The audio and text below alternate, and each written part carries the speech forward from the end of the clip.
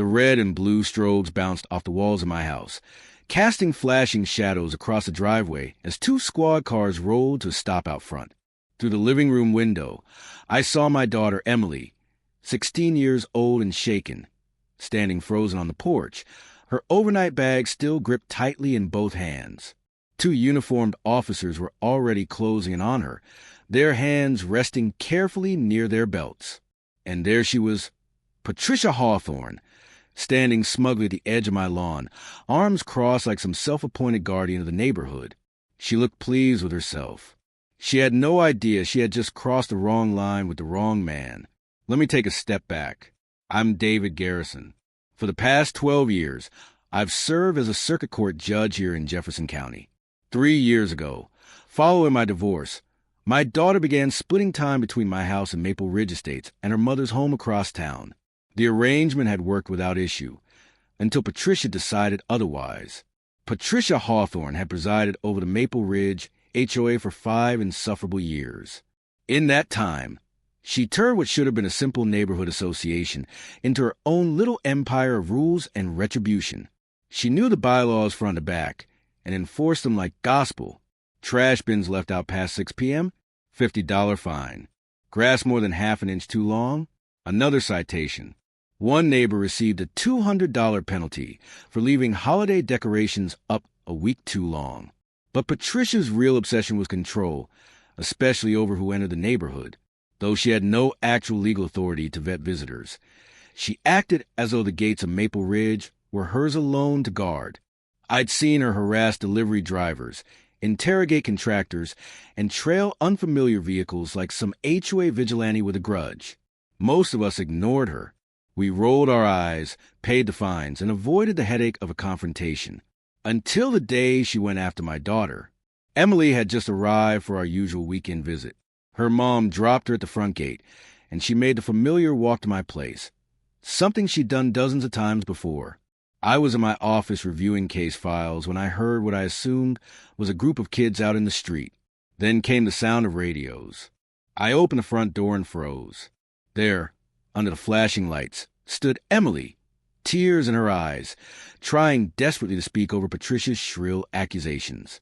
She was sneaking around the back of the house, Patricia declared, gesturing wildly as if conducting a one-woman sting operation. She was obviously casing the place. I've never seen her before, and I know everyone who lives here. She's one of those teens that scout neighborhoods before they rob them. I watch the news. I know the signs. The officer seemed uncertain. The taller one, her name tag reading Chun, attempted to de-escalate. "Ma'am, she says she lives here. She has a key to the home." "Exactly," Patricia snapped. "She probably stole it or had it copied. These kids are clever. This is exactly how they operate. I just stopped a burglary in progress. You should be thanking me." That's when I stepped outside. "Is there a problem here, officers?" I asked, keeping my tone even. Patricia's face lit up like she'd just been vindicated. "Oh, Judge Garrison, thank goodness you're home. I caught this girl trying to break into your house. Don't worry, I called 911 right away." I descended the porch steps slowly, pulling my wallet from my back pocket. "That won't be necessary," I said, handing Officer Chen my ID and judicial credentials. "This is my daughter, Emily. She's here for our court-ordered visitation weekend." I could feel the air shift. Officer Chen's expression stiffened with recognition. Her partner, badge labeled Mitchell, took a subtle step back.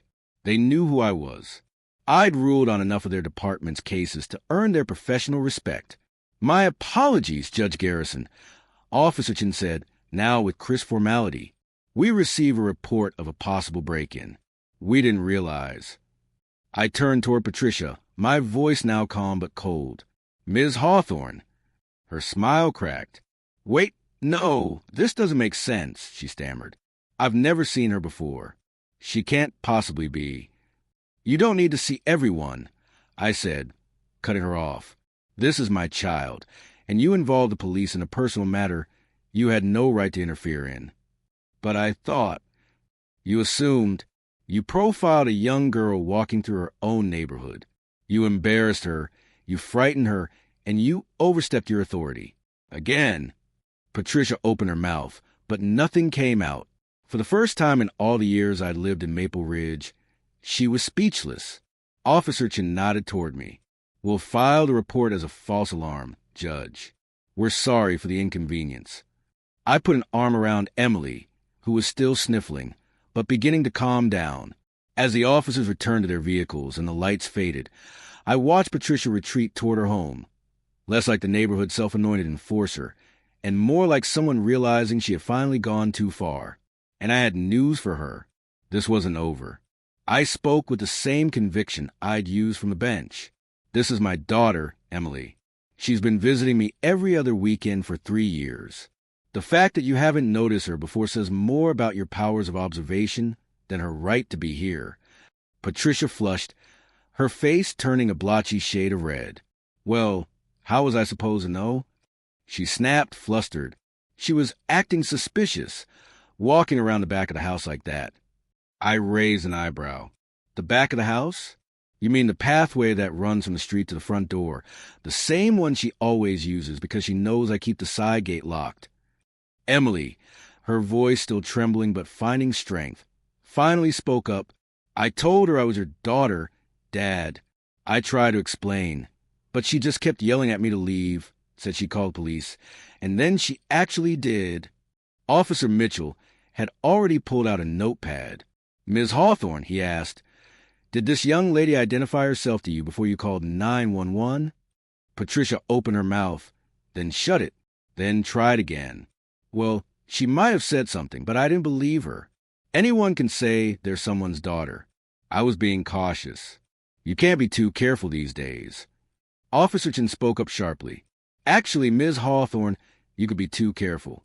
Filing a false police report is a crime. You called in a burglary in progress, when what you were witnessing was a teenager entering her father's home. It wasn't false, Patricia said weakly, her voice no longer confident. I genuinely thought. You genuinely believe that harassment qualifies as neighborhood watch. I cut in, my tone sharpened like a gavel striking wood.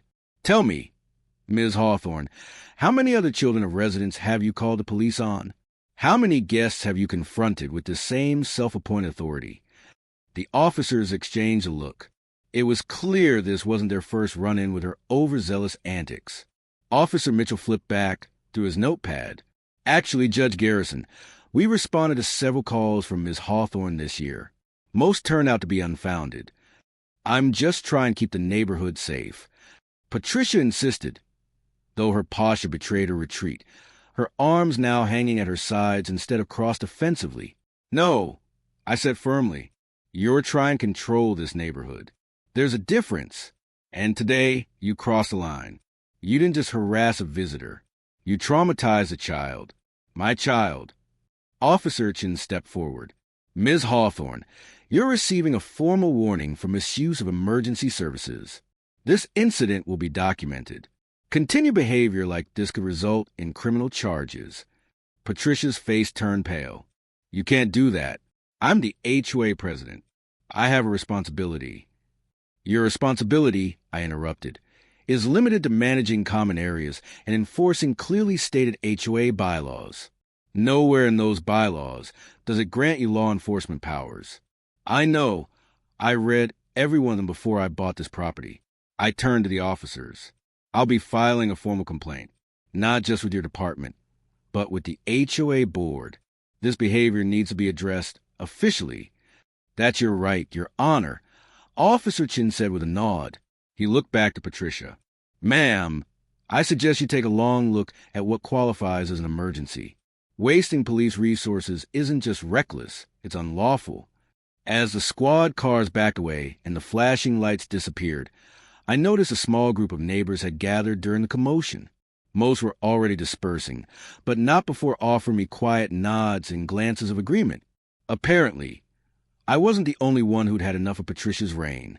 This isn't over, Patricia finally muttered, though her voice lacked conviction. I'll be bringing this up at the next board meeting. Your daughter may be allowed to visit, but there are procedures, guest registrations, notifications. I calmly pulled out my phone. Let's talk about that right now, I said, scrolling through my contacts. I believe I have board member Jennifer Rodriguez on speed dial. She's an attorney, you know. I'm sure she'll be very interested to hear how the HOA president called the police on a resident's child. Patricia's eyes widened as I began dialing. That's not necessary. We can handle this internally. Oh, but I think it is necessary, I replied without looking up. You've been operating under the delusion that your title gives you unchecked authority. But every system has limits. Every organization has oversight. And now I intended to use it. Even an HOA isn't above the law. The weeks that followed were, to put it mildly, eventful. As promised, I filed formal complaints with both the police department and the Maple Ridge Estates HOA board. It didn't take long for the story to spread. Neighbors talked, emails circulated, and soon Patricia Hawthorne's name was on everyone's lips for all the wrong reasons. The same Patricia who once boasted about her connections and community influence had just managed to alienate one of the most respected legal figures in the county. An emergency board meeting was called 2 weeks later. The community clubhouse was packed, standing room only. Residents who had once stayed silent now came forward, emboldened.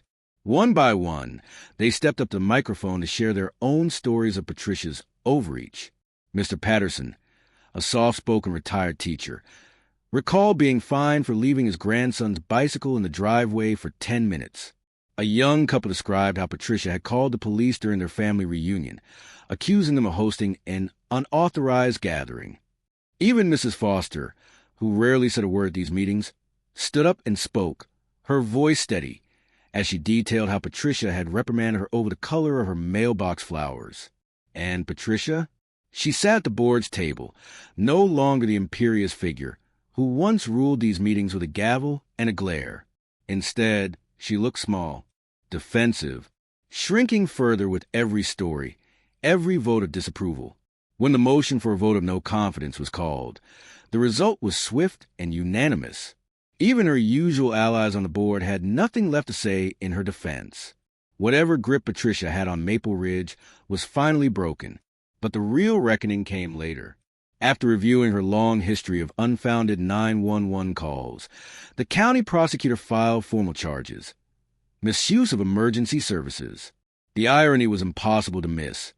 After all those years of threatening residents with legal action, Patricia was now facing a courtroom of her own. On the morning of her arraignment, I passed her in the courthouse hallway. Gone was the rigid posture and self-righteous smirk. She looked diminished. Hollow, her attorney, a young man who appeared deeply aware that he'd drawn the short straw, was quietly explaining the plea deal on the table. 50 hours of community service. I heard him say, a $5,000 fine, and you'll be barred from holding any HOA leadership position for 5 years. Patricia's face fell.